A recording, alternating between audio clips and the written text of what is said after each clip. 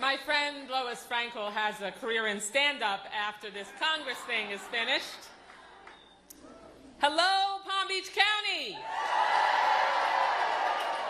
Now, my friends, I ask you, what better place to kick off the Harris-Walz Reproductive Freedom Bus Tour than in Donald Trump's backyard?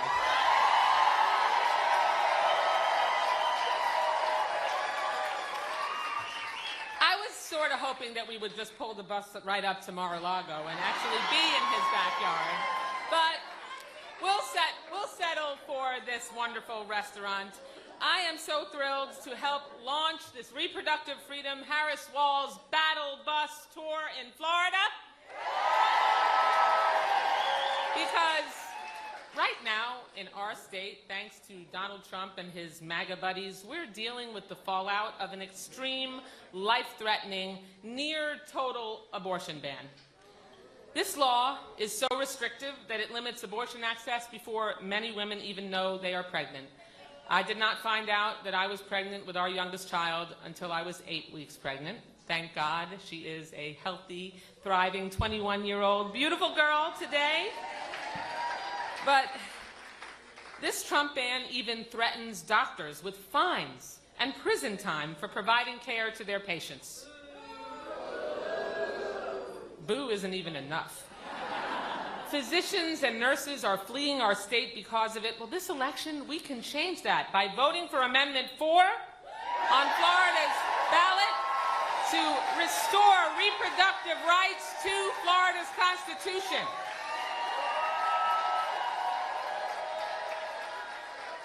Because we're not going back. We're not going back. We're not going back.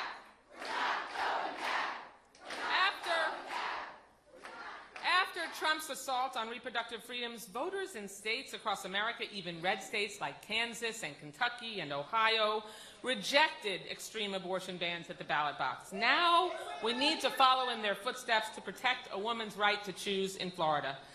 Democrats pushed for it, but 20% of the people who signed the petition to get it on the ballot were Republicans. But my friends, you know who's not for it? Donald Trump. On Friday, he committed to voting no on Amendment 4, doubling down on what we already knew. You can't trust a damn word out of that liar's mouth, no matter what he says. Florida is ground zero for his extreme anti-reproductive freedom agenda, and he wants to keep it that way. But let's be clear. We know you can't trust anything that comes out of his mouth. What we can be sure of is if Donald Trump is reelected, God forbid, he will go further. He'll ban abortion nationwide and drag us back to an era of back-alley abortion care, a time when women bled out at home or alone in hotel rooms. Even today, in Florida, women are already being turned away from hospitals. His Project 2025 agenda includes banning abortion nationwide, even without the help of Congress. It calls for jailing healthcare providers for mailing medication abortion by using an obscure law from 1873. You just cannot make this stuff up. That's an ancient law that J.D. Vance and the right-wing Supreme Court majority justices say they want to see enforced.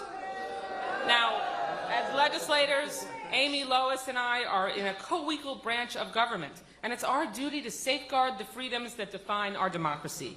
And when we send Vice President Harris to the White House in her own right and elect a Democratic Congress, we will send a bill to her desk that restores reproductive rights in the law once and for all. And she will sign it. But the only way, my friends, that happens is if we send a resounding message for freedom at the ballot. I am talking top to bottom. It starts with Harris, but we need to remove that Medicare fraudster Rick Scott from the United States Senate and put Debbie McCarthy-Powell in his place. This is how vile he is. It's a man who shamelessly uses his daughter's IVF experience to pander to voters, then thinks behind their backs he can vote against ensuring that this lifeline exists for all of us. As a mom who had her twins, my oldest two, through IVF, that is so grossly offensive. And it doesn't stop there.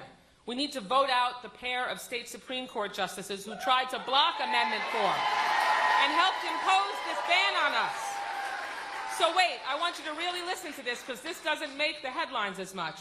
Tell all your friends to vote no on Justices Sasso and Francis for retention because they've got to go.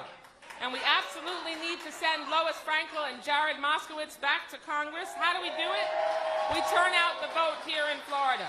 We urge people to vote a full reproductive freedom ballot from President to the Senate, the House, and all the way to yes on Amendment 4.